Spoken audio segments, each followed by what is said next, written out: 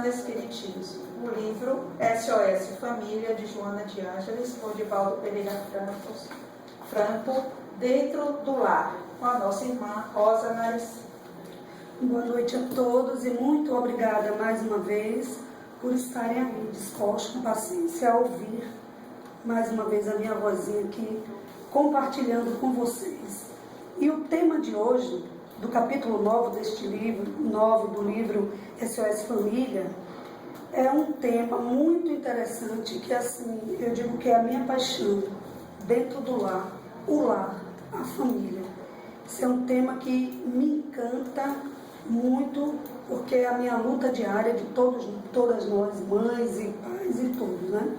E temos muitas coisas importantes para refletir sobre.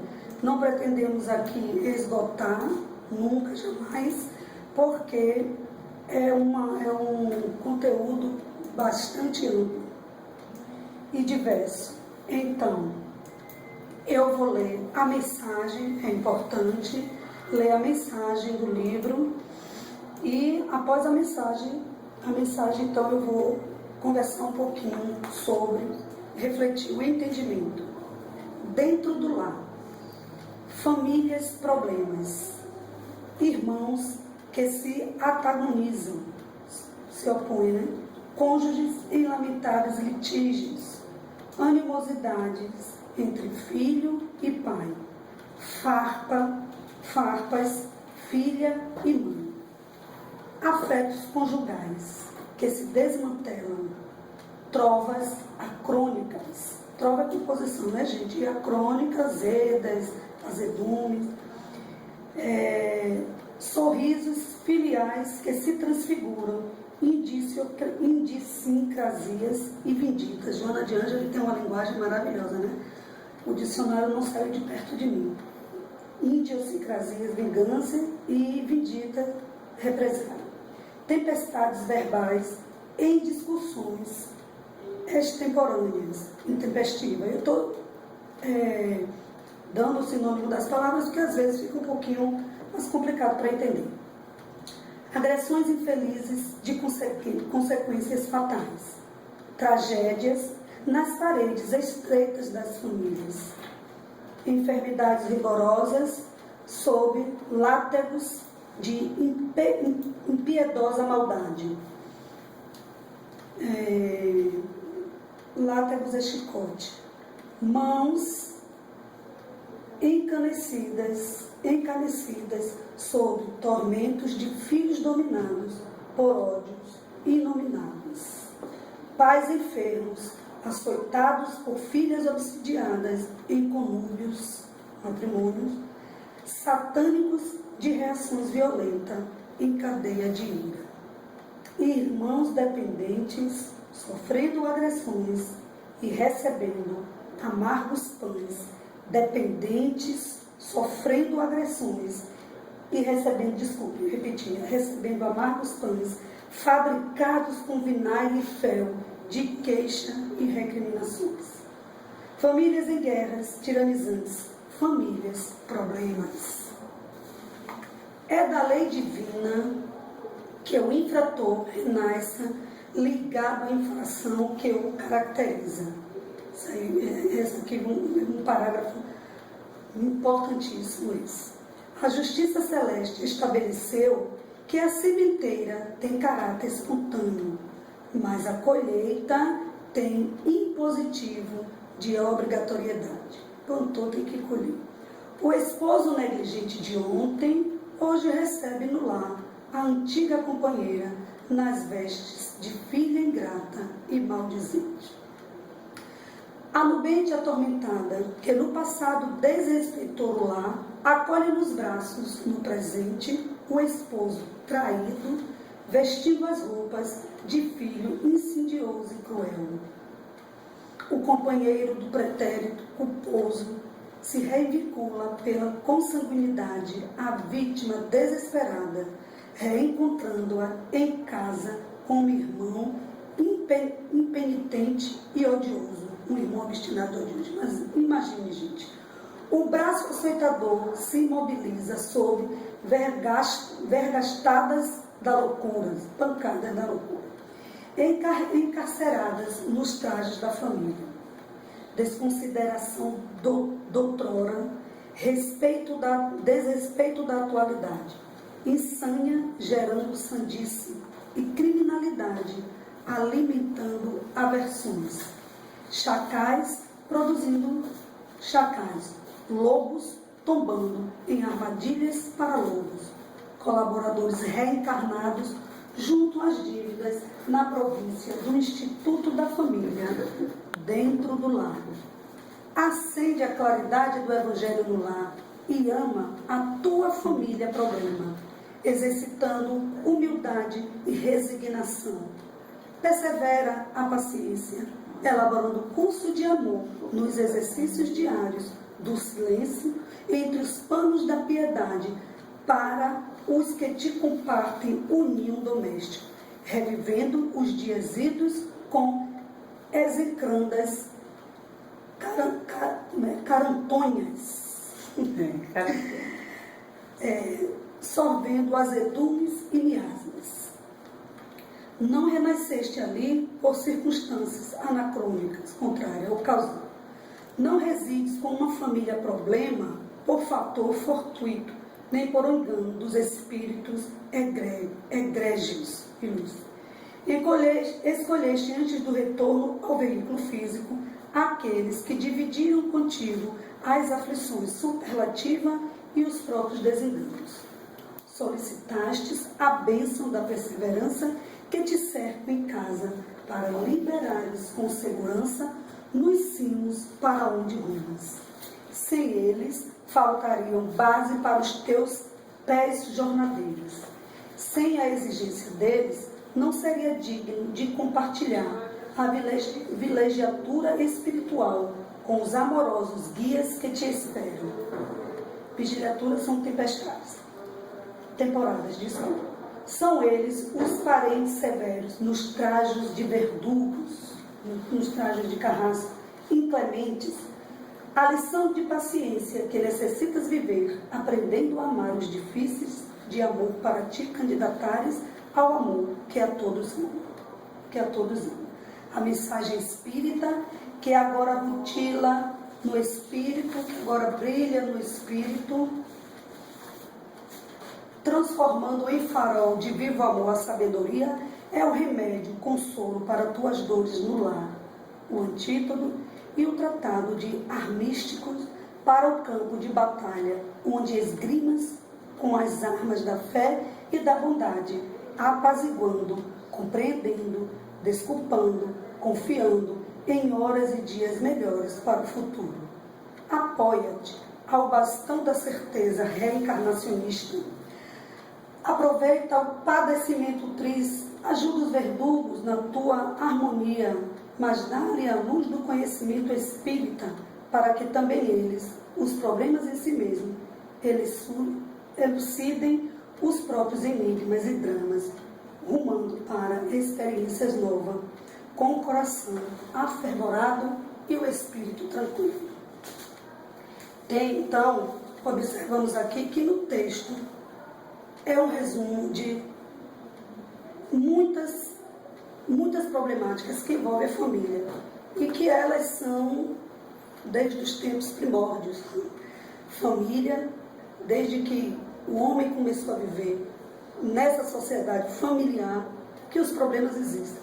Isso já dos tempos bíblicos, né? Os irmãos já brigavam, Então, mas o que nós vemos é que o que importa, para que esse grupo familiar? Né? Por que esse grupo familiar? Nós vimos aqui na mensagem que não adianta entrar pelo caminho somente da reclamação. Aliás, que o da reclamação é o menos indicado.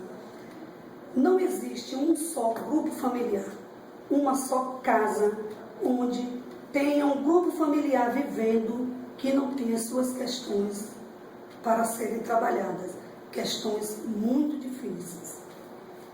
E assim, se cada pessoa no mundo sentasse para dizer assim, contar o seu problema, falar das questões que envolvem sua família, nós não teríamos no mundo onde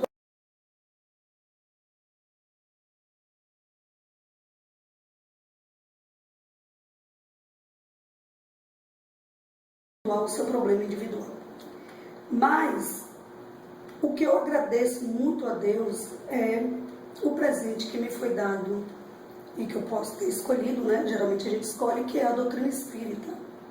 Porque a doutrina espírita, ela nos traz uma resposta sempre para as nossas perguntas quando a gente quer entender partindo do nosso sentimento. Quando nós não, tomamos consciência de que o primeiro a ser trabalhado somos nós, para lidar com a questão do outro. Eu costumo dizer assim, os filhos, eles reclamam muito dos pais. Muitos. Todas as vezes que nós estamos em rodas com mãe, tias, avós, sempre vem à tona essa questão. Parece que para nenhum filho os pais estão corretos. E os pais estão sempre cobrando dos filhos. E aí entra uma questão. Filhos e pais são seres individuais. São seres que têm históricos passados e que se reencontram aqui, né, por uma programação. Eu acho que aí é a base. A programação feita na espiritualidade, com base nas necessidades e nas arestas que cada um precisa parar, que cada um precisa resolver para se liberar. Porque quando resolvemos aqui as nossas questões, vamos evoluindo sendo o quê? Espíritos afins. Então acaba essa coisa de família, meu pai, minha mãe, meu filho. E então, é nessa convivência que nós temos, assim, como seres, um aprendizado eterno. Eu costumo dizer à minha filha, e a tantas pessoas que eu tenho oportunidade, nós estamos aqui, né, frequentamos escolas desde criança, tá, porque estamos aprendendo. Qual é a finalidade? Uma profissão. Aí, quando terminamos o segundo grau, vamos escolher a nossa profissão, que muitas vezes já até temos a tendência, já sabemos. E aí a gente vai estudar 4, 5 anos, qualquer curso, para exercer aquela profissão. Mas qual é a faculdade? Qual é a escola que a gente faz para ser pai e mãe? Não tem. Não é? Não tem nenhuma faculdade. Então, não se faz curso para ser mãe, pelo menos aqui no Terra. Lá em cima a gente até se prepara, lá do outro lado. Mas aqui não tem. E nós vamos aprendendo com eles. E nós vamos convivendo, criando, observando o que podemos fazer de melhor. E quando nós não temos o costume de refletir onde foi que eu errei, enquanto está ali criança, o que é que eu nem errei, o que é que eu posso fazer de melhor? Onde é que eu posso ajustar? Porque tem mães que gostam muito de se enganar, que às vezes até percebe o defeito do filho, não quer que ninguém fale, mas também não está fazendo o movimento correto para educar aquele filho. E aí eu não estou condenando, aí eu estou chamando atenção para uma coisa, é muito laborioso. A gente precisa realmente estar na calma, na paciência, na perseverança, querendo enxergar mesmo que o nosso filho, ele não é aquele anjinho que Deus botou no nosso caminho e sempre serve. E o nosso filho é sempre melhor. Não. O nosso filho é esse ser aqui, ó, trazido por Joana de Ângelo nesse capítulo e no livro inteiro, SOS Família. É aquele ser que a gente recebe, que é um encantamento pequenininho, aquela coisa linda que vai crescendo, que vai desenvolvendo e que vai chegando a uma certa idade, que ele vai querendo o espaço dele, que ele vai trazendo a personalidade dele com mais firmeza. E aí é como se diz, filhos que outrora foram maridos traídos, ou marido que traiu, né? Aquele algoz que muitas vezes ele tirou a vida. Então, sucessivas histórias que se reencontram para serem trabalhadas, arestas para serem aparadas. Pronto. Todos ali no lar, convivendo, se arranhando, mas ali junto. Tem famílias, o que a gente vê hoje, infelizmente, é desacertando demais, se agredindo bastante, porque as pessoas não querem parar para entender. Porque aí está o orgulho de cada um, a defesa de cada um, o querer de cada um. E esse querer é muito individualista. É preciso um amor muito grande.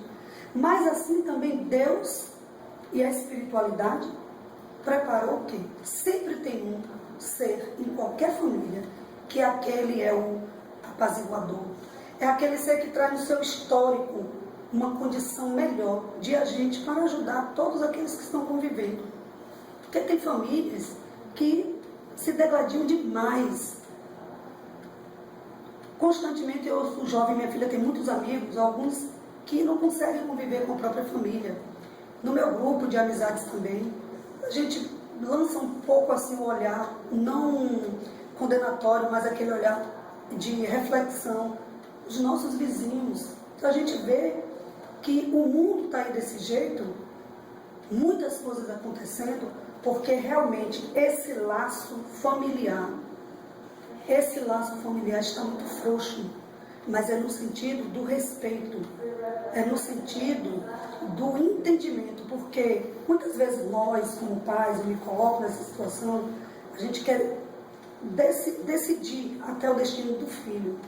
Eu criei meus filhos, sou professora, sempre muito preocupada com a questão da educação, do aprendizado, para um preparo melhor para o futuro. Mas no caminhar de cada um deles tomou o seu rumo.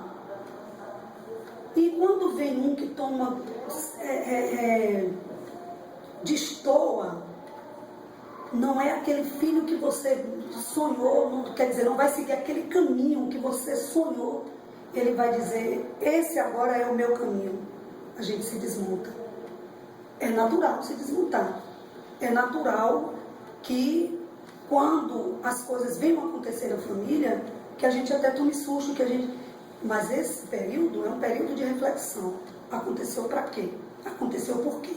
Pode demorar de vir a resposta, de vir o entendimento, mas o que não pode é a gente abrir mão, é deixar de lado. Tem que caminhar com aquele familiar difícil. Eu estou falando de cadeira, estou falando de experiência e de vivência. Por que muita gente deixa um filho de lado, separam no casamento? Por que muita gente não quer saber do irmão? Porque não querem fazer o exercício de esquecer um pouco do seu eu e de dizer o que meu irmão precisa um pouco, onde eu posso apoiar.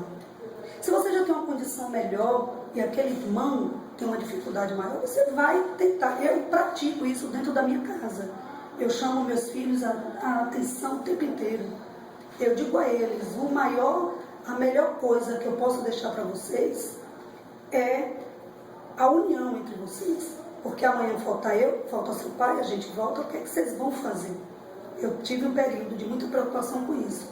Hoje eu já não me preocupo, porque eu também sei que nós educamos e eles vão continuar a vida. E não significa que vai seguir exatamente aquilo que a gente programou e aquilo que a gente até disse. Agora, tenho certeza de uma coisa, as lições vão ficar. Porque eu já vi por diversas vezes a minha filha, os meus filhos, trazerem, por exemplo, conversando até com um amigo, situações que na época, proibições que eu tive que dar e que foram mal aceitas por ela, mas depois ela dizia assim, a minha mãe acertou naquele momento. E isso não estou falando aqui com orgulho, mas um agradecimento imenso a Deus. Que bom que eu acertei naquele momento. Porque a gente, como mãe, como pai, como orientador, como educador, a gente muitas vezes também não acerta não. Agora, quando não acertar, é importante voltar e conversar. Tem um momento em que ficamos nervosos, em que nos desentendemos, em que até energeticamente passamos pelo período de agredir com palavras, com palmadas e energeticamente com a nossa ira. Mas aí a gente começa a ver, não, esse padrão eu não quero mais. Eu não quero mais criar meus filhos assim. Eu não quero mais agir com meu marido dessa forma. Eu não vou mais agir com meu irmão assim, até com a minha amiga. E quando nós nos colocamos, nós abraçamos e entendemos essa condição de ser verdadeiro, o universo, as pleiades divinas da luz, com certeza conspiram ao nosso favor. O nosso anjo de guarda está ali a nos sustentar. E é preciso que nós tenhamos que nós decidamos por essa postura, que é a postura mais correta. Não adianta no lar nós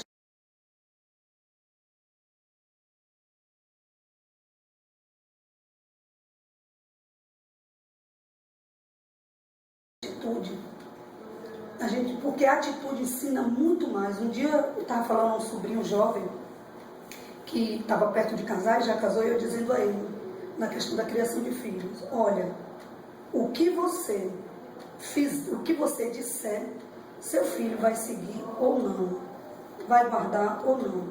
Mais uma coisa, de certo e de errado, mais uma coisa é certa, o que você fizer, seu filho vai aprender.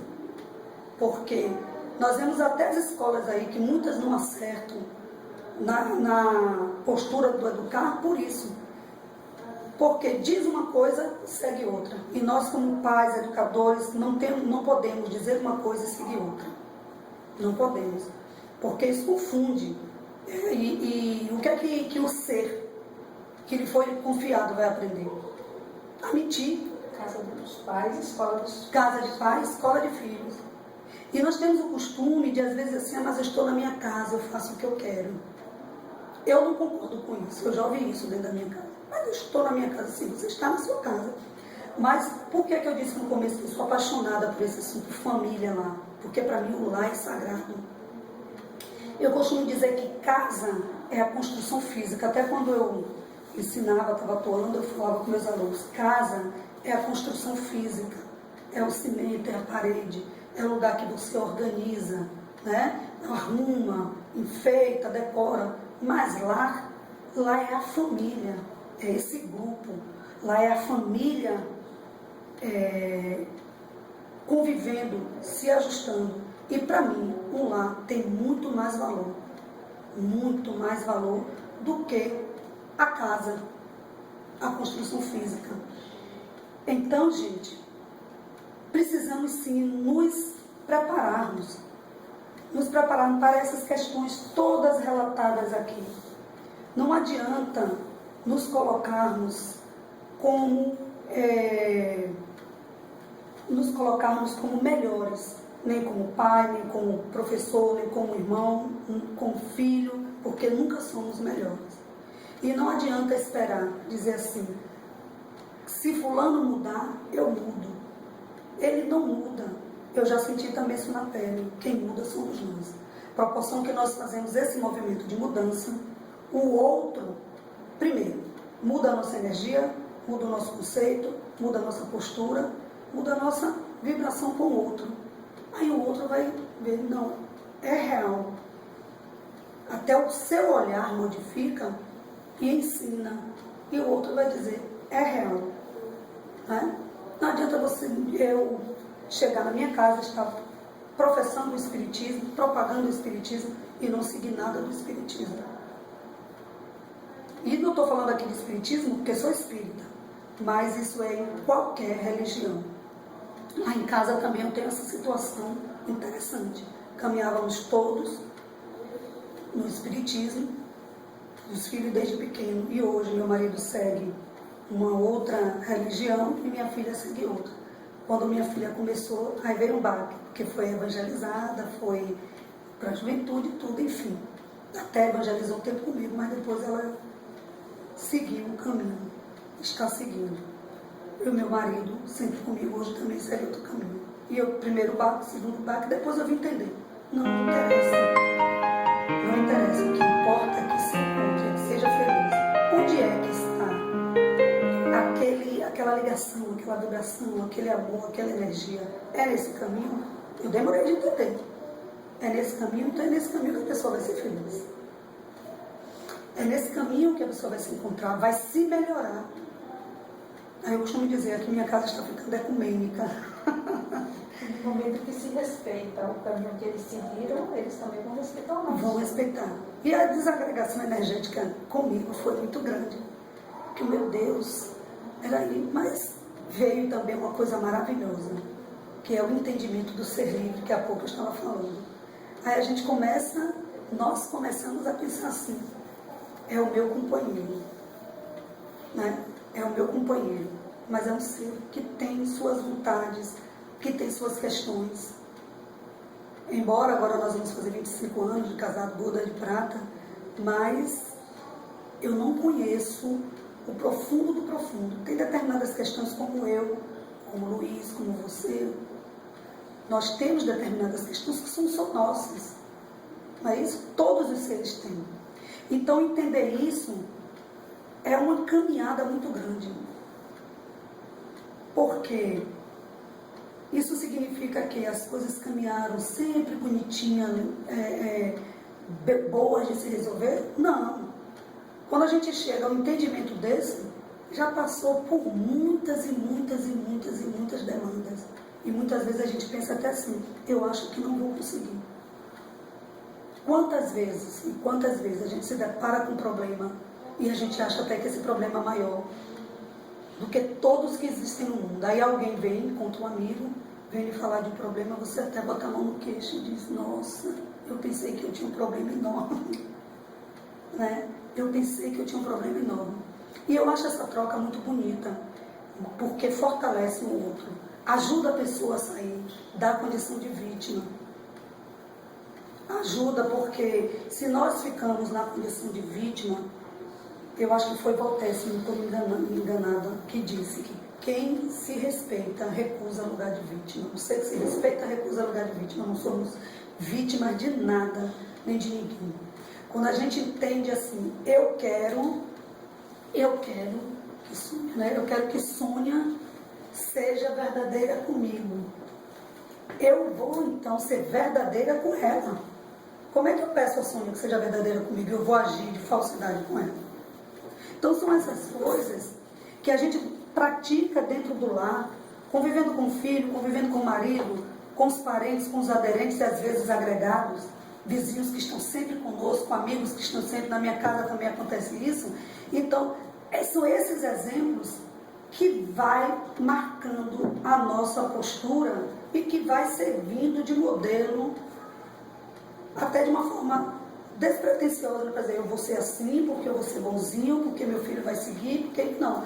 Quando você busca uma verdade, quando você quer caminhar de uma forma, quer ter uma postura correta, seus filhos e quem quer que seja, vai estar ali aprendendo e seguindo com você, porque é verdadeiro, e não porque você está simulando e ensaiando, porque assim não funciona. Dessa forma não funciona. Então, não adianta nós não vamos abandonar quando nos deparamos com um parente. Não quer dizer, não é que não vamos, porque muita gente abandona. Nós não vamos resolver. Se viemos aqui para vivenciar toda essa problemática, para ajustar, para rever o passado, que contribuímos para a decadência, a queda desse ser, nós vamos estar aqui reencarnando junto com ele, por acaso? Porque o destino quis assim? Não. Porque houve uma programação. Uma vez eu estava explicando para uma jovem que achava normal o aborto, que até disse que faria o aborto. E aí ela tinha entendimento da espiritualidade, caminhava também pelo espiritismo, e eu disse a ela, conversando, explicando um pouco do que eu sei da programação divina para o reencarne, da aceitação daquele ser, da escolha da família, olha que teia divina maravilhosa, da escolha da família, das pessoas que vêm a cercar aquele ser, porque desse momento é que é escolhido o marido, aqueles que vão caminhar, né, resolver seus problemas. Eu estava explicando para essa jovem. Então eu disse, quando você faz um aborto, você não está tirando dali um ser que ainda não vingou uma coisa qualquer, não. Você está tirando uma programação, você está quebrando um elo que vai repercutir em outras vidas. E a menina ficou pensativa. E ela ficou pensativa, eu digo, é assim? Claro que é assim. Claro que é dessa forma. Pelo menos o que a doutrina espírita nos coloca, e por lógica e entendimento eu aceito, entendo, abraço e confio, é essa. Você vai estar cortando uma programação divina que vai repercutir na vida de tantos. E aquele ser, imagine como vai ficar quando vê toda a sua trajetória e programação reencarnatória quebrada nesse mundo. E graças a Deus eu tive essa oportunidade de levar a reflexão para essa jovem, que mudou o seu conceito. Então,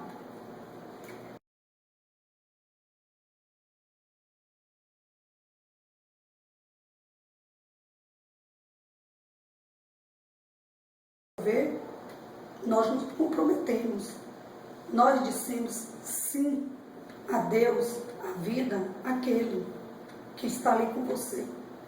E quando na família aquele ser com o melhor, mais preparado para ajudar, que sempre está ali ajudando a resolver, que sempre é consultado, ele está numa condição melhor. Ele tem condições de encaminhar melhor a família, a pessoa que chega assim, porque é preciso alguém para ter o equilíbrio.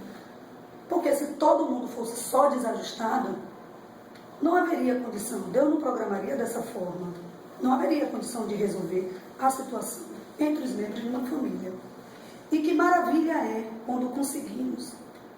A gente não molda perfeitamente ninguém, mas a gente contribui muito para a formação do caráter, da postura.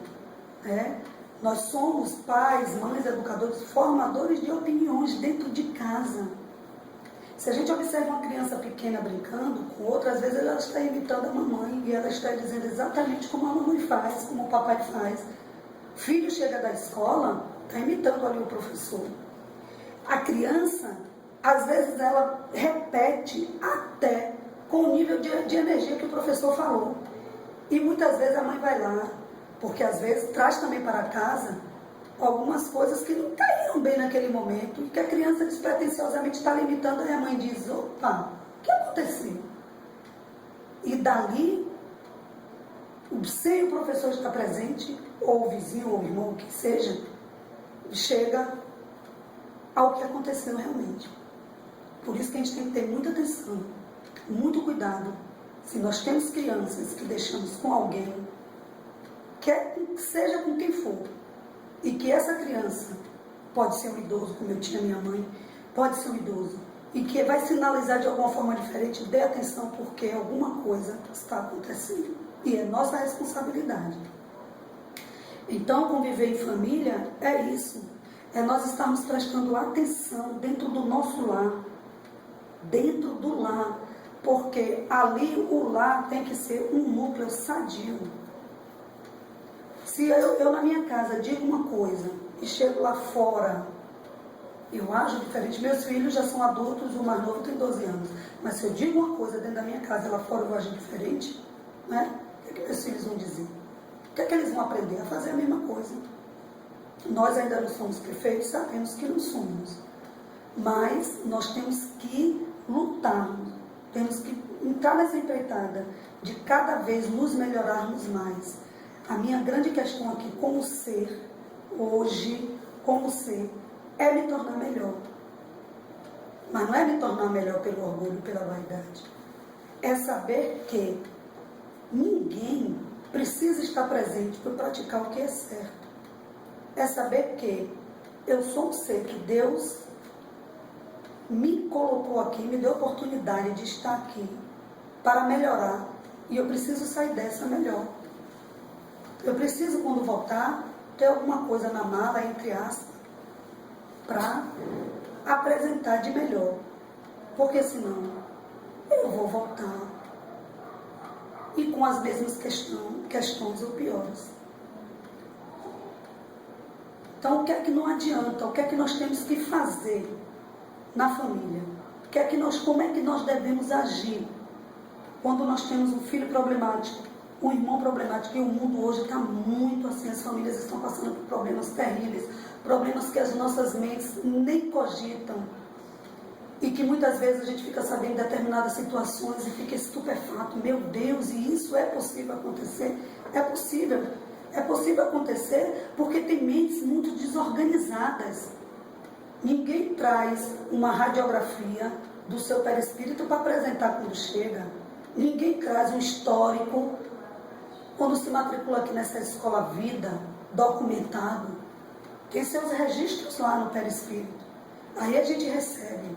E isso é da família materialmente mais simples às mais abastadas, porque as dores da alma são iguais.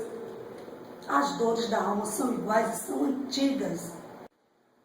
Precisamos muito mais estar informado do que de melhor acontece, o que as mensagens boas, as músicas boas, porque isso a gente traz para o lar.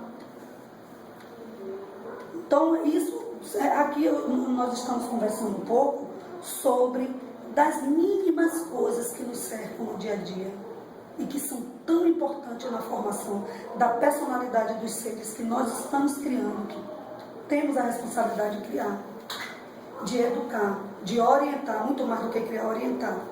Então, gente, eu fico assim feliz de esse livro de Divaldo, tem já alguns anos, eu não sei quantos, mas eu gosto muito quando livros, reportagens, matérias, o tema família me encanta.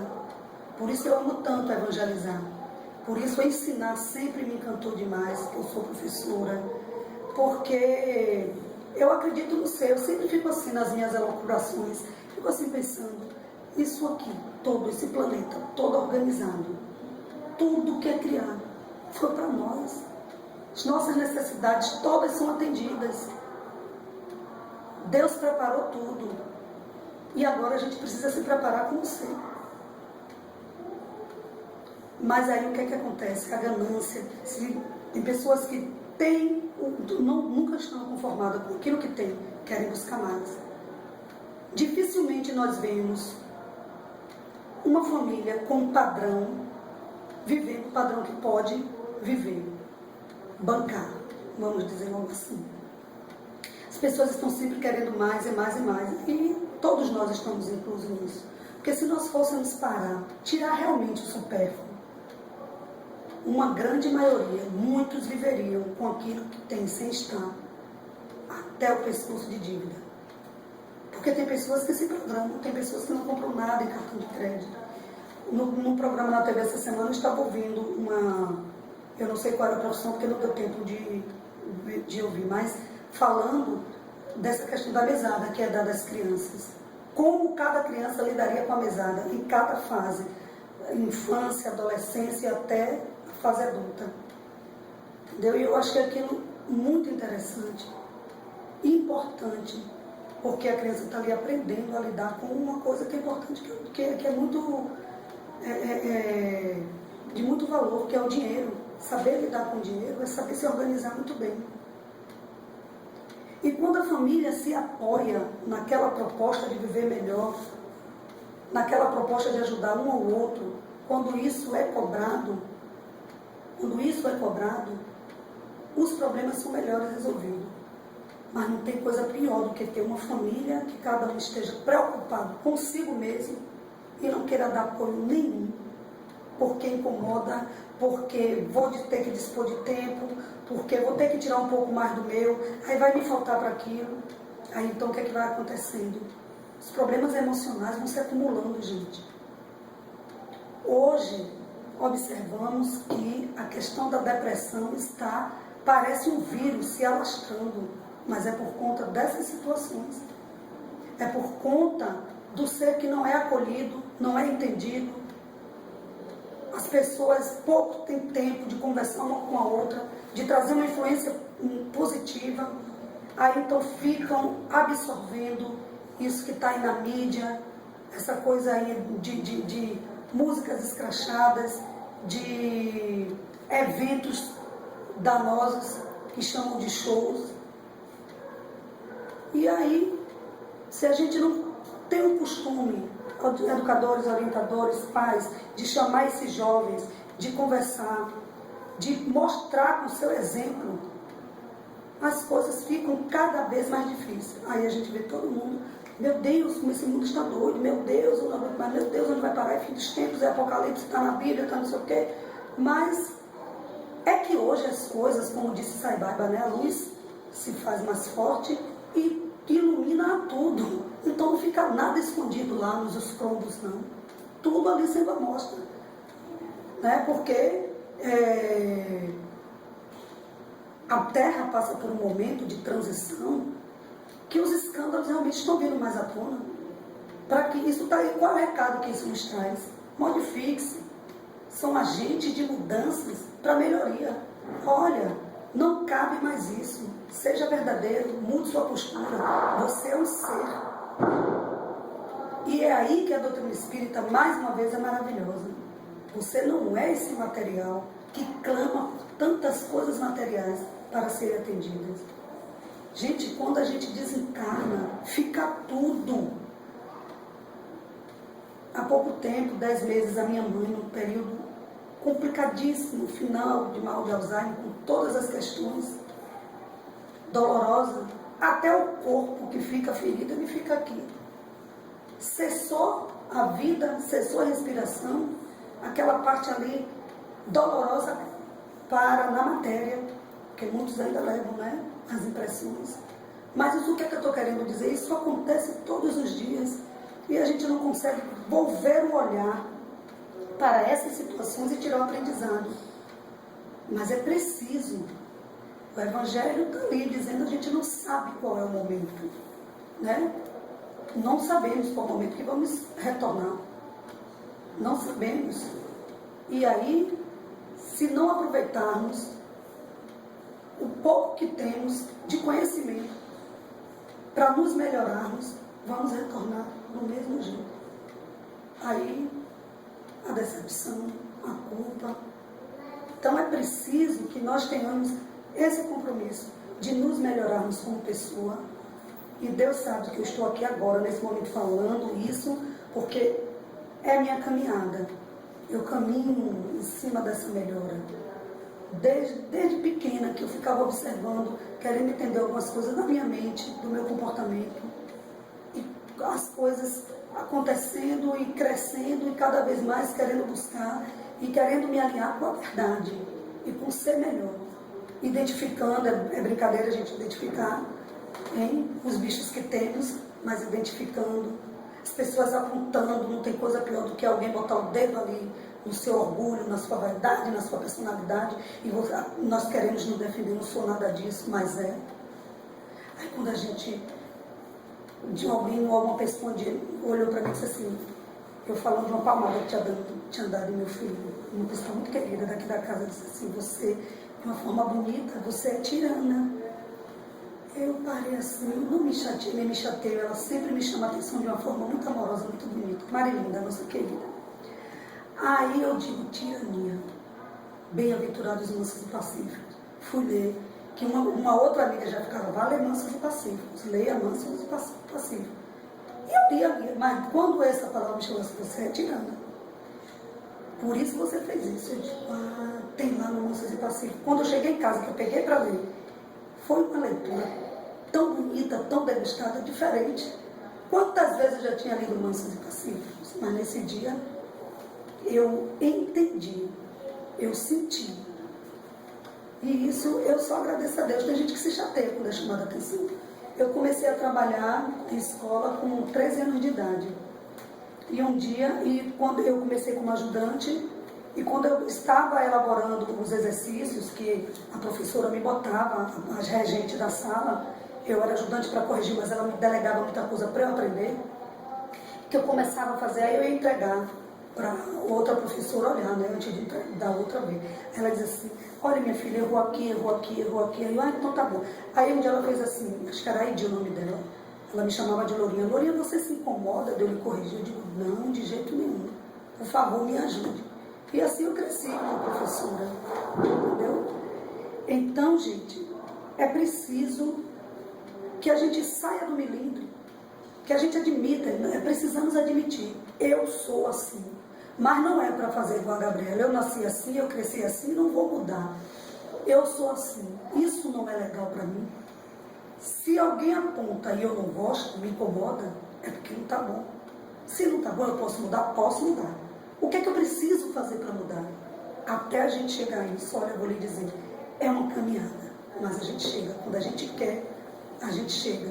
A fé em si, a fé remove essas montanhas e muitas outras. Então, o que eu tenho, assim, para deixar do entendimento desse dentro do lar, é a questão mesmo da postura, é o acolhimento com o ser difícil, porque eu faço isso no meu lado. E o mais bonito de tudo isso é que às vezes eu fico assim analisando. Tem uma situação com o filho, problema com o outro, tem um problema ali.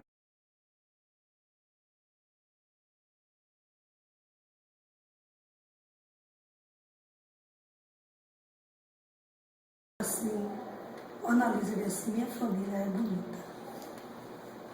E ela não é bonita porque é todo mundo bonzinho, quietinho, não. Minha família é bonita porque a gente se desentende, porque a gente cobra um do outro, mas porque a gente se ama. Porque a gente se ama.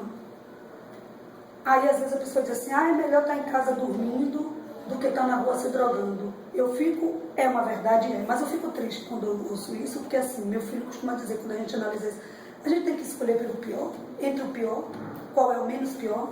Isso ainda me dá tristeza, né? A gente tem que pensar assim, é melhor que meu filho fique aí dormindo do que vá para a rua se drogar. Não. Eu tenho 46 anos, sou da época em que, minha época de adolescente, era um curso técnico que formava, a gente se formava e ia para a rua trabalhar. Né? Então, eu tenho assim, uma ocupação, uma preocupação muito bonita com a família. Eu fico feliz quando eu vejo uma família se entendendo, uma família vivenciando os problemas, mas procurando resolver, porque é o caminho mais seguro, o caminho mais seguro para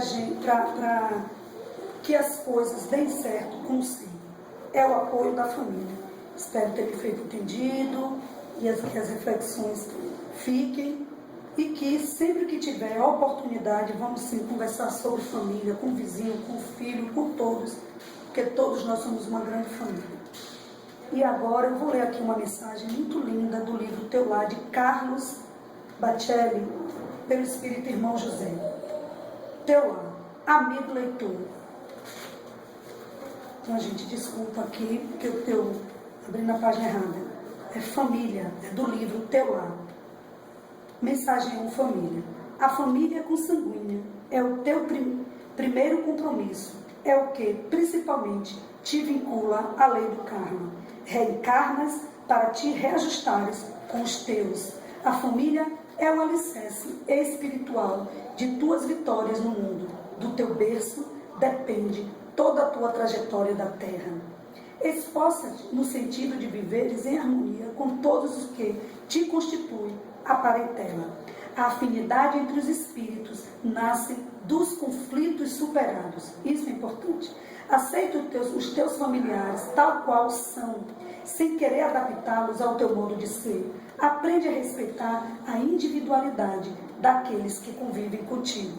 Se alguém necessita de mudar com urgência, em benefício de um melhor entendimento familiar, admita que esse alguém és tu, somos nós. Muito obrigada, muita luz, muita paz sobre todas as famílias. Que Deus nos abençoe. Agradecemos a nossa irmã Rosa, que fez a segunda parte do nosso programa Conversando Espiritismo. Agradecemos também a toda a equipe desse programa. E para encerrar, nós vamos ler uma mensagem que, além de uma homenagem, ela servirá também para a nossa reflexão. Deus e a criança. Uma criança pronta para nascer perguntou a Deus: dizem-me que estarei sendo enviada à terra amanhã. Como eu vou viver lá, sendo assim, pequeno e indefeso? E Deus disse: entre muitos anjos, eu escolhi um especial para você. Estará lhe esperando e tomará conta de você. Mas diga-me, aqui no céu eu não faço nada a não ser cantar e sorrir, o que é suficiente para que eu seja feliz. Serei feliz lá? Seu anjo cantará e sorrirá para você. A cada dia, a cada instante, você sentirá o amor do seu anjo e será feliz. Como poderei entender quando falarem comigo se eu não conheço a língua que as pessoas falam? Com muita paciência e carinho, seu anjo lhe ensinará a falar. E o que eu farei quando eu quiser te falar? Seu anjo juntará suas mãos e lhe ensinará a rezar. Eu ouvi que na terra há homens maus. Quem me protegerá? Seu anjo lhe defenderá, mesmo que signifique arriscar sua própria vida. Mas eu serei sempre triste, porque eu não te verei mais. Seu anjo sempre lhe falará sobre mim, ensinar-te-á a maneira de vir a mim, e eu estarei sempre dentro de você. Neste momento havia uma paz no céu, mas as vozes da terra já podiam ser ouvidas. A criança apressada pediu suavemente: ó Deus, se eu estiver a ponto de ir agora, diga-me, por favor, o nome do meu anjo. E Deus respondeu: você chamará seu anjo de mãe. Boa noite. Muito lindo.